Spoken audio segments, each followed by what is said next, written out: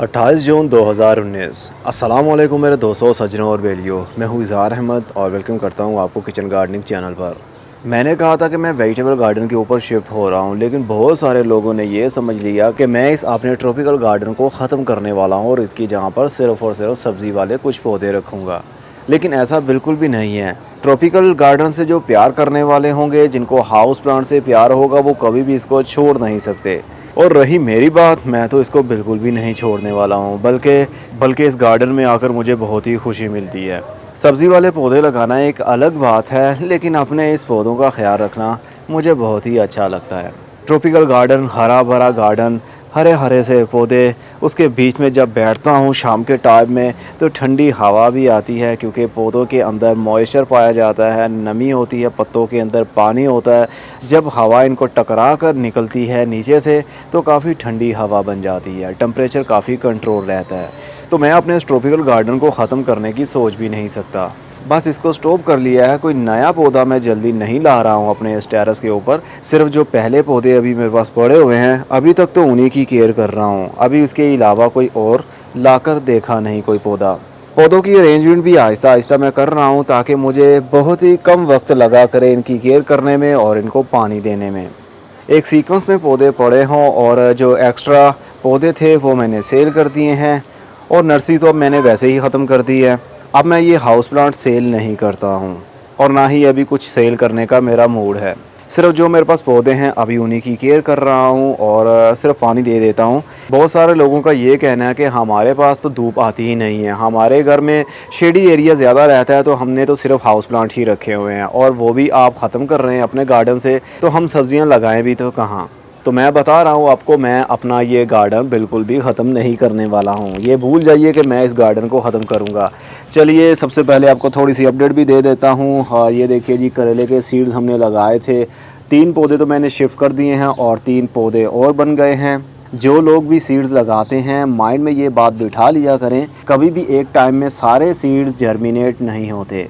कोई बहुत जल्द जर्मिनेट हो जाता है और कोई बहुत ही लेट। और करेले के बीज गर्मी के दिनों में लगाने पर तकरीबन 4 से 5 दिनों में वो जर्मिनेशन शुरू कर देते हैं, और अगर यही आप सितंबर अक्टूबर में लगाते हैं या फिर फरवरी के महीने में, मार्च के महीने में लगाते हैं तो काफ़ी टाइम लग जाता है। 9 दिन या 10 दिन के बाद इनकी जर्मिनेशन शुरू होती है, तो गर्मी होने की वजह से ये जल्दी जर्मिनेट हो जाते हैं।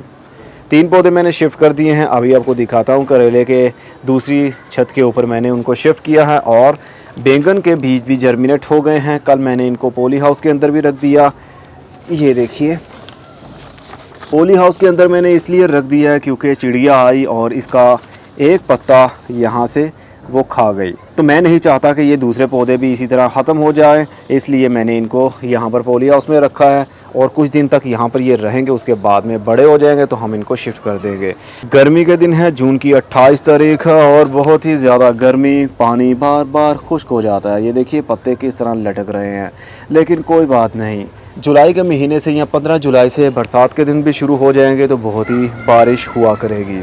गुलेदाउदी के पौधों की हालत बहुत बुरी है। असल में गुलेदाउदी के पौधों को ज़्यादा लंबा नहीं होने देते हम, टाइम टू टाइम उसकी प्रूनिंग करते रहते हैं, और एक पौधा 1 साल तक भी ज़िंदा नहीं रहता, बल्कि नीचे से जो ब्रांचेस निकल रही होती हैं वो गंजी हो जाती हैं और नीचे से और पौधे निकल आते हैं।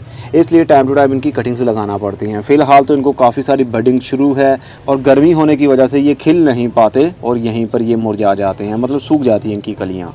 कड़ी पत्ते का पौधा ही मैंने धूप में रख दिया है अब, क्योंकि ये फुल धूप का ही पौधा है। और ये देखिए, माल्टे के जो हमने कीनू के जो हमने सीड्स लगाए थे वो जर्मिनेट हो गए थे, पॉली हाउस के अंदर पड़े हुए थे। अब मैंने इनको बाहर ओपन में रख दिया है।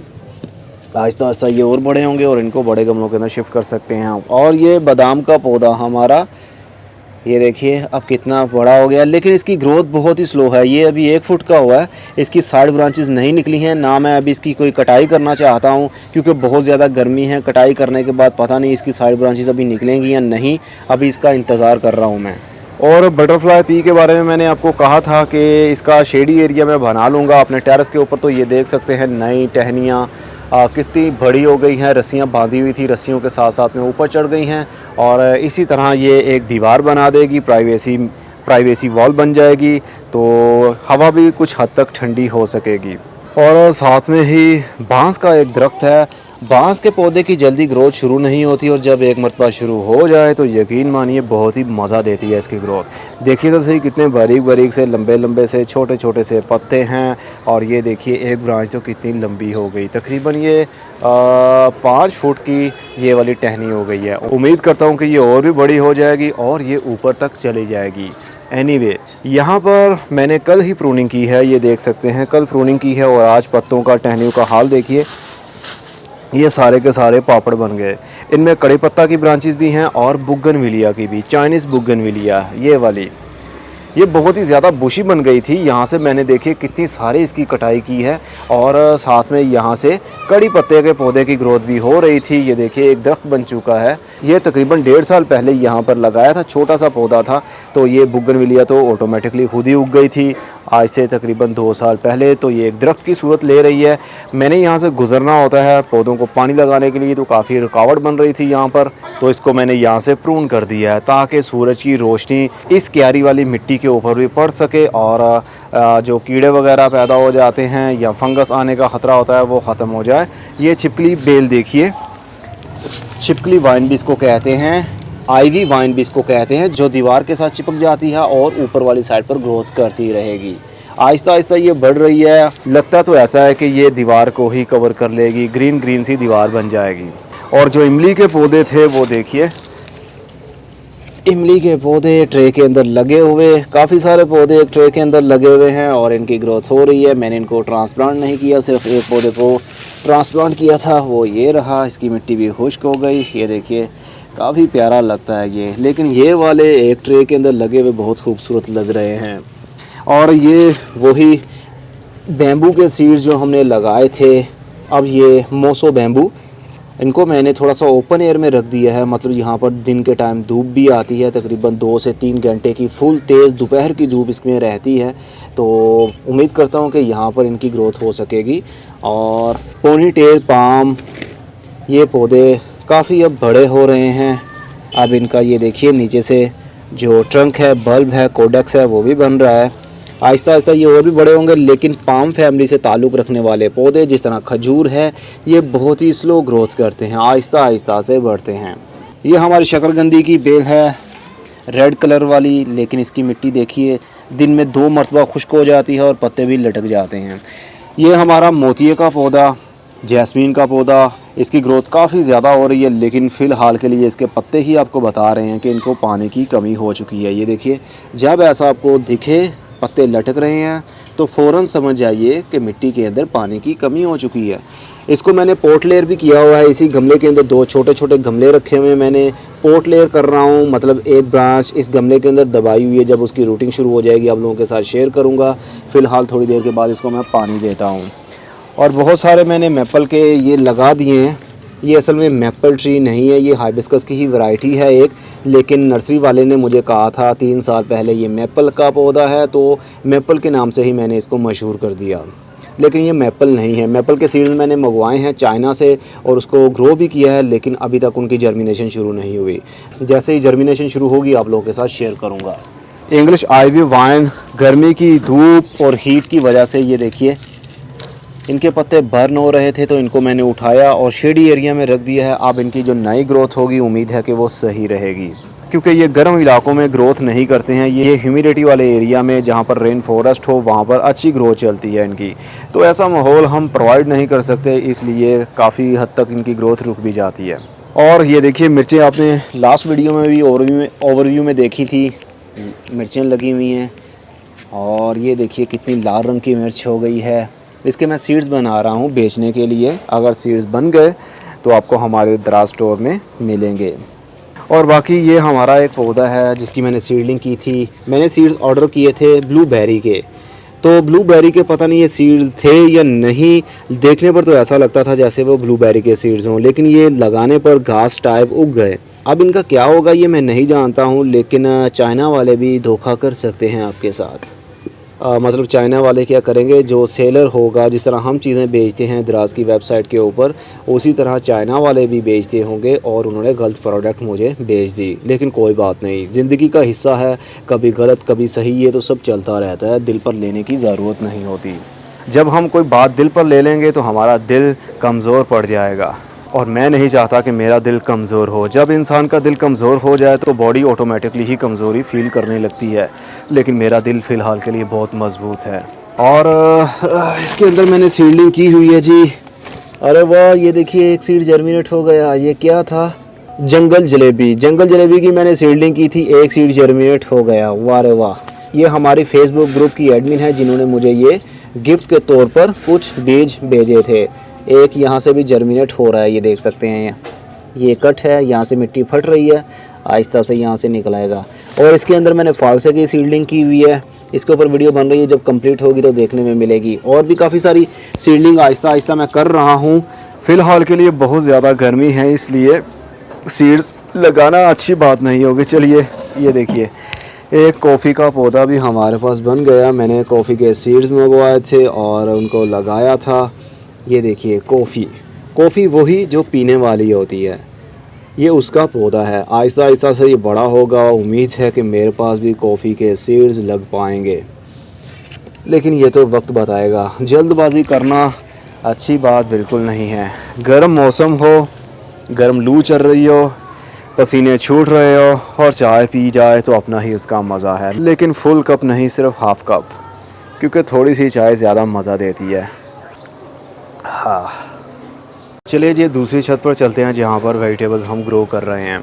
और हाँ, ये जो आजकल मौसम जो है वो बरसात का तकरीबन शुरू हो चुका है। हवा के अंदर नमी भी पाई जा रही है, तो जुलाई में काफ़ी रेनी सीज़न शुरू होगा तो स्लग स्नेल भी मिट्टी के अंदर से बाहर निकल आते हैं। पौधों के ट्रंक को, छोटी छोटी टहनियों को वो काटना शुरू कर देंगे और उसके बाद पौधे झुक कर गिर जाते हैं। उसके लिए मैंने स्लग किलर मेडिसिन यूज़ की है। ये जो दाने आपको दिख रहे हैं ब्लू कलर के, ये है स्लग किलर, मतलब स्नेल और स्लग को मारने के लिए। अभी को दिख गया, रात को मैंने ये फेंके हैं यहाँ पर। ये रहा एक, ये देखिए, ये एक स्लग है, स्नेल है ये देखिए। ये फीड को जैसे ही इसने खाया तो ये वहाँ पर ही मर गया। तो इस तरह के और भी काफ़ी सारे होंगे, क्योंकि जब ज़्यादा नमी, जिस एरिया में ज़्यादा नमी मिलती है या बारिशें ज़्यादा होती हैं या पानी ज़्यादा मिलता है, धूप कम लगती है उस एरिया में, वहाँ पर ये स्नेल पैदा हो जाते हैं मिट्टी के अंदर ही। दिन के टाइम ये मिट्टी के अंदर छुप जाते हैं और जैसे ही रात होती है तो ये मिट्टी से बाहर निकलते हैं और तबाही शुरू कर देते हैं। पौधों के ये दुश्मन है, इसका कोई फ़ायदा पौधों में नहीं होता, तो इनको मारना बहुत ज़रूरी हो जाता है, नहीं तो ये हमारे पौधों की जान लेते रहेंगे। उसके लिए ये देखिए एक स्लग किलर के नाम से ये मेडिसिन है। असल में ये स्लग की फीड होती है, उसका खाना होता है और उसके खाने के ऊपर जहर लगा दिया जाता है। जहर कई रंगों का हो सकता है, ये ब्लू कलर का रंग है, इसके जहर के ऊपर चढ़ाया हुआ है उन्होंने, तो किसी भी किस्म का रंग हो सकता है। सिर्फ उसकी खुराक है, उसकी फीड के ऊपर जहर वाला रंग चढ़ा दिया जाता है और उसको फैला दिया जाता है गीली मिट्टी के ऊपर। इसको इस्तेमाल करने के लिए आपको 1 कप पानी लेना पड़ेगा और किसी बर्तन के अंदर थोड़ा सा पानी डालिए और उसके अंदर कुछ दाने, आप 1 ढक्कन इसकी फीड का आप उस पानी के अंदर डिप कर दें। रात के टाइम डिप कर दें या सुबह के टाइम डिप कर दें और रात के टाइम वो फूल जाएंगे। वो वाले दाने आप मिट्टी के ऊपर फैला दीजिए जिस तरह के मैंने फैलाए हुए हैं, क्योंकि जब वो नरम पड़ जाते हैं तो स्लग के खाने में आसानी होती है। जैसे ही इसकी खुशबू स्लग तक पहुंचती है तो वो दौड़े चले आते हैं अपने खाने की तरफ और जैसे जैसे वो खाते जाएंगे वहीं पर उनका काम तमाम होता जाएगा। तो ये भी हमारे दराज स्टोर से आप मंगवा सकते हैं। एक ये वाली शीशी मंगवा लीजिए, प्लास्टिक की शीशी होती है, तो 1 साल तो आपका गुजर ही जाएगा। तो चलिए अब दूसरे गार्डन में चलते हैं। खुशामदीद कहता हूँ आपको दूसरी छत के ऊपर, जहाँ पर काफ़ी सारा गंद मौजूद है, क्योंकि यहाँ पर भी आजकल मेरा ही राज है। ना यहाँ पर कोई सफाई करने वाला आता है और ना कोई चीज़ उठाने वाला, सिर्फ मैं अकेला बादशाह हूँ अपनी इस छत का भी। अब तो यहाँ पर मिर्चों के पौधे लगे हुए हैं और मिर्चें भी लग रही हैं। ये देखिए हरी मिर्च के पौधे मैंने लगाए थे। ये तो वो हरी मिर्च के पौधे हैं जिनके बीज हमारे दराज स्टोर से आपको मिल रहे हैं। बड़े वाली हरी मिर्च, ये तीखी भी होती है और ये डिफरेंट वैरायटीज़ मैंने लगाई थी। अभी किसी किसी को मिर्चें लग गई हैं और किसी को अभी लग रही हैं। जैसे जैसे ये देखिए फूल खिल रहे हैं। फूल खिलने के बाद जब जड़ जाते हैं तो खाद की कमी भी हो सकता है और मिट्टी के अंदर फंगस भी हो सकता है या फिर मौसम ऑफ भी हो सकता है। बहुत ज़्यादा गर्मी के दिनों में ऐसा नहीं होता, फूल लगते हैं बाद में वो गिर जाते हैं, लेकिन जब थोड़ी सी कूलनेस मिल जाती है तो फूल के अंदर से मिर्च बनना भी शुरू हो जाती है। लेकिन मिट्टी के अंदर खाद मौजूद होनी चाहिए ताकि फूल गिरने के बाद में उसके अंदर से मिर्च बन सके। और ये देखिए एक ये वाली मिर्च है, ये कैप्सिकम की वैरायटीज़ हैं। ये देखिए रंग बिरंगी मिर्चें होती हैं ना, ये वो वाली वैरायटीज़ हैं। और बटरफ्लाई पी, ये देखिए इसको फूल लगे थे, नीले रंग के फूल लगे थे। एक ट्रे के अंदर मैंने पौधे को लगाया हुआ, ऊपर से मैं इसको बढ़ने नहीं दे रहा हूँ, ऊपर से पिंच कर देता हूँ, काट देता हूँ, तो इसको फूल लगे थे। होपफुली कि इसके अंदर से अब ये इसका सीड पोड बन जाए, मतलब मटर बन जाए, उसके अंदर बीज बनेंगे। और 2 इस साइड पर थे, ये देखिए जनाब 2 फूल इस साइड पर भी थे, ये भी खिले हुए थे, आज मुरझा गए हैं। 1 दिन या 2 दिन तक इसके फूल खिलते हैं और उसके बाद मुरझा जाते हैं। ये देखिए जी SK22 SK22 मिर्चें तो बहुत लगाता है, लेकिन इसके ऊपर अटैक भी होता है काफ़ी सारा, मतलब फंगस का अटैक रहता है, इसके पत्ते मुड़ भी जाते हैं। एक ही सिर्फ मेरे पास पौधा बचा हुआ है, तकरीबन इसको आई थिंक दूसरा साल होगा। इसका ट्रंक देखिए, पंजाबी में इसको कहते हैं मुड। इसका मुड देखिए कितना बड़ा मोटा हो रहा है। ऊपर से मैं पिंच कर देता हूँ, इसकी कटाई कर देता हूँ, प्रूनिंग करता रहता हूँ, ताकि पौधा हमारा बुशी बना रहे। ये ना हो कि एक टहनी बहुत लंबी और एक टहनी बहुत छोटी। इस तरह पौधे की जो ब्रांचेज़ हैं वो झूलती रहेंगी हवा लगने की वजह से। अगर फूल लगेंगे तो वो गिरते रहेंगे, इसलिए मेच्योरिटी इसकी बढ़ाने के लिए इसकी प्रूनिंग करना पड़ती है। ये देखिए कितने सारे इसको फूल लगे हुए हैं और मिर्चें भी बन रही हैं। ये अब तो सीड्स भी इसके अंदर बनना शुरू हो गए हैं। तो खाद का प्रॉपर तरीके से यूज़ करते रहने से आपको अच्छा रिज़ल्ट मिल सकता है। ये देखिए जी, ये जो क्यारी मैंने बनवाई थी लकड़ी की, ये काफ़ी महंगी पड़ गई थी, तकरीबन 1800 रुपये की थी ये। तो इसके अंदर मैंने सोचा था डायरेक्ट सॉइल डालूंगा और इसके अंदर हम सब्ज़ी वाले पौधे या कोई और पौधे लगाएंगे, लेकिन ये लकड़ी हार्ड है, लकड़ी हैवी वेट है, भारी लकड़ी है। ये आई थिंक कीकर की लकड़ी होगी या टाली की जिसको बोलते हैं, ये वो लकड़ी है, मोटी वाली है, काफ़ी वज़नी है। इसके अंदर हम मिट्टी या कोई और चीज़ डालेंगे तो ये जल्दी गल जाएगी। इसलिए मैंने इसके अंदर सिर्फ गमले रख दिए हैं और इसके पीछे 2 डंडे लगाकर मैंने एक ट्रेलिस बना लिया है, धागे बांध दिए हैं। इसके ऊपर मॉर्निंग ग्लोरी की बेल चढ़ गई है। ये देखिए ये मॉर्निंग ग्लोरी की बेल है। मॉर्निंग ग्लोरी की बेल के ऊपर माइट्स बहुत ही ज़्यादा अटैक करते हैं, जिसकी वजह से इसके पत्ते पीले होना शुरू हो जाएंगे, पैचेस आ जाएंगे ब्राउन ब्राउन से। उसके बाद में पौधा हमारा, ये पत्ते सारे ख़त्म हो जाएंगे और पौधा भी मर जाएगा। मैंने बहुत सारी सीडलिंग की थी, तकरीबन 50 पौधों से ज़्यादा थे मेरे पास, सारे के सारे इसी तरह मर गए। मैंने उनके ऊपर कंट्रोल नहीं किया, लेकिन अब पेस्टिसाइड का मैं बराबर यूज़ कर रहा हूं ताकि मेरे पौधों की ग्रोथ अच्छी हो सके। अब इसको अच्छी स्पेस मिल गई है, ट्रेलिस भी मिल गया है, ये अपने आप को ऊपर बढ़ा सकती है। जो भी ऐसी बेलें होती हैं, जिस तरह के ये है हमारी पैसीफ्लोरा की वाइन है, ये इसको भी नीले रंग के फूल लगते हैं। इसके ऊपर मेरी वीडियो मौजूद है, पिछले साल की, काफ़ी फूल लगे हुए थे इसको। फ़िलहाल के लिए इसको इसके हाल पर मैंने छोड़ा हुआ है और यहाँ पर ये ऊपर चढ़ रही हैं। इसके अंदर शकरकंदी भी है, ये भी शकरकंदी है। ये जो आपको काले काले से पत्ते दिख रहे हैं मेहरून कलर के, ये भी शकरकंदी के हैं। और इसके अलावा एक और भी शकरकंदी है, वो भी दिखाता हूँ। और इसके अंदर बटरफ्लाई पी की मैंने बेलें लगा दी थी, 3 से 4 3 बेलें हैं इस डिब्बे के अंदर, थर्मोकोल का डिब्बा इसके अंदर लगाई हैं। और जैसे ये बड़ी होंगी तो आहिस्ता आहिस्ता इस ट्रेलिस के ऊपर, रस्सी के ऊपर, ये देखिए आहिस्ता आहिस्ता ये चढ़ जाएगी और पूरे इस एरिया को अपनी लपेट में ले लेगी। और उसके बाद में इसको जब फूल लगेंगे तो ज़रा सोचिए कितने सारे बीज भी बनेंगे। एक मेरे पास जामुन का पौधा था जो कि सीड से लगाया था मेरे भतीजे ने, तो कल ही मैंने इसको ग्रो बैग के अंदर लगा दिया है। उम्मीद है इसके अंदर इसकी ग्रोथ अच्छी रहेगी और ये काफ़ी खुश भी रहेगा। और कुछ हरी मिर्चों के पौधे जो कि कैप्सिकम टाइप है, ये जो नॉर्मली हमारे किचन में यूज़ होती है वो वाली मिर्चें नहीं हैं, खूबसूरती नुमाइशी मिर्चें हैं। उसकी भी ग्रोथ हो रही है। इनको भी शिफ्ट किया हुआ है ग्रो बैग के अंदर, तो इनकी ग्रोथ भी हो रही है, फूल लग रहे हैं। इंशाल्लाह कुछ दिनों के बाद में इनके अंदर से फ्रूट बनना शुरू हो जाएगा। फूलों की हेल्थ देखकर ही पता चल जाता है कि ये गिरेंगे नहीं, बल्कि इनके अंदर से अब मिर्चें बनेगी। और हमारा ये देखिए ज़रा कितना खूबसूरत लग रहा है, जिसको हमने नाम दिया है मैपल का। देखने पर ये मैपल ही लगता है, लेकिन मैपल ट्री एक परमानेंट पौधा है, एक दरख्त बन जाता है, कई सालों उसकी उम्र हो सकती है। लेकिन ये 1 साल भी ज़िंदा नहीं रहता है, इसलिए टाइम टू टाइम इसकी कटिंग करना पड़ती है, कलमें लगाना पड़ती हैं ताकि और पौधे हमारे पास बन पाएँ। जो मदर प्लांट है वो 1 साल भी तकरीबन ज़िंदा नहीं रह पाता है, वो सूख जाता है। और हार सिंगार का पौधा भी हमारा, ये एक मरतबा तो इसकी पूरी ग्रोथ रुक गई थी, अब आहिस्ता आहिस्ता इसकी नई ग्रोथ शुरू हो रही है। इसको इसके हाल पर मैंने छोड़ा हुआ है।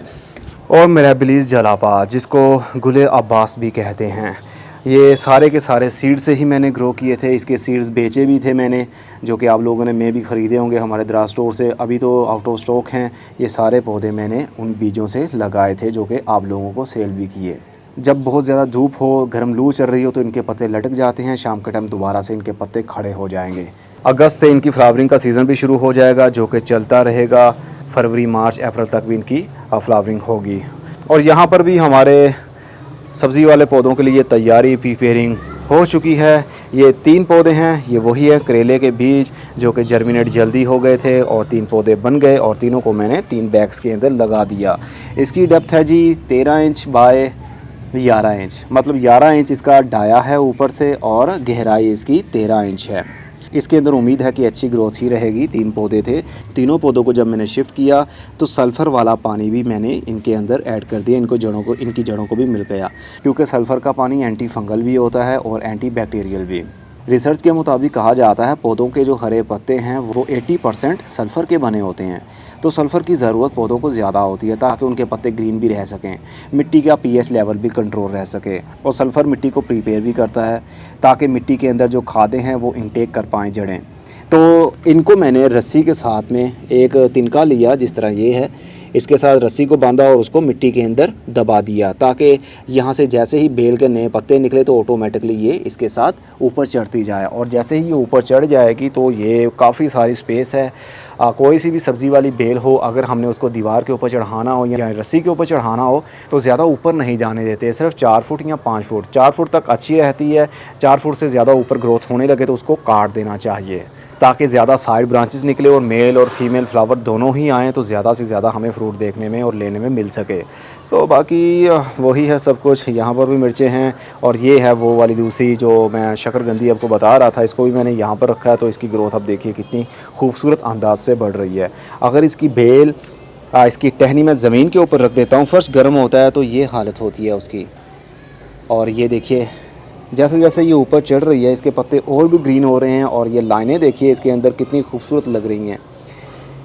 ये अपनी सपोर्ट लेते हुए इस रस्सी के ऊपर फैलती रहेगी, तो देखने पर काफ़ी खूबसूरत लगेगी। अनार का पौधा, इसको कोई भी अनार फ़िलहाल के लिए नहीं लगा है। इसको मैंने दूसरे टेरेस से उठाकर कुछ दिन पहले ही यहाँ पर रखा है। ये है वाइट अनार। एक लाल अनार होता है जिसको कंधारी अनार भी बोलते हैं, और ये है बदाना जो वाइट कलर का होता है, मीठा। इसको कब फ्रूट लगेगा अभी मैं जानता नहीं हूँ फ़िलहाल के लिए, क्योंकि इनको जो दरख्त बन जाते हैं उनको स्पेस की बहुत ज़रूरत होती है। मैंने 16 लीटर वाली बाल्टी के अंदर इसको लगाया हुआ है, और डेली इसकी मिट्टी खुश्क भी हो जाती है। तो ज़मीन के अंदर हो या बड़े से गमले के अंदर हो तो अच्छा रिज़ल्ट हम पा सकते हैं।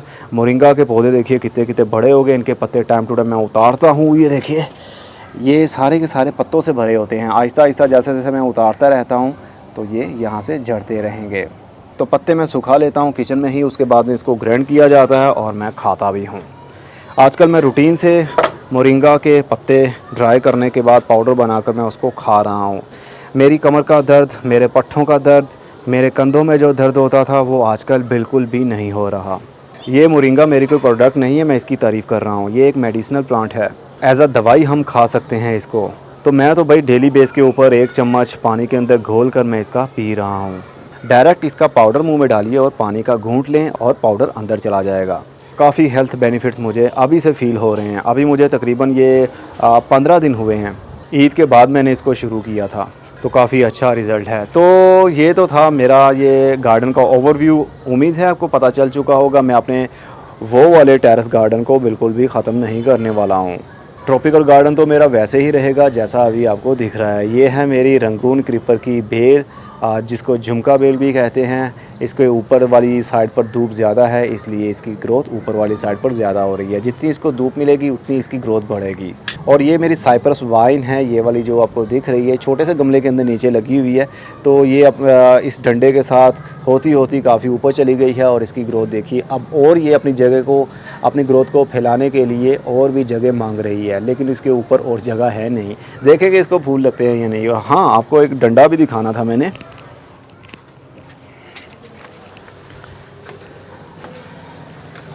जो डंडे हमने 2 थे डंडे जो हमने लगाए थे, ये देखिए जनाब, ये एक तो बड़े गमले के अंदर कितनी सारी इसकी ग्रोथ बढ़ चुकी है, पानी की कमी हो जाती है, डेली बेस पर पानी इसका खुश्क हो जाता है। और एक छोटे गमले के अंदर छोटा डंडा था, इसका जो यहाँ से बर्ड निकल रहे थे वो तो नहीं निकले, लेकिन यहाँ से जड़ के अंदर से एक नया पौधा निकला है, नया पत्ता निकला है जो काफ़ी लंबा हो गया है। आहिस्ता आहिस्ता ये खिल जाएगा, लेकिन मुझे लगता नहीं यहाँ से इसकी जो बडिंग है यहाँ से शुरू हो पाएगी। सिर्फ ये दिखलावा दिखाता है अपना, जलवा दिखाता है अपना, लेकिन यहाँ से ये खिलता नहीं है, जड़ों से ही निकल रहा है ये। कोई बात नहीं, मुफ्त के डंडे थे, ग्रो हो गए तो कितनी खुशी मिली।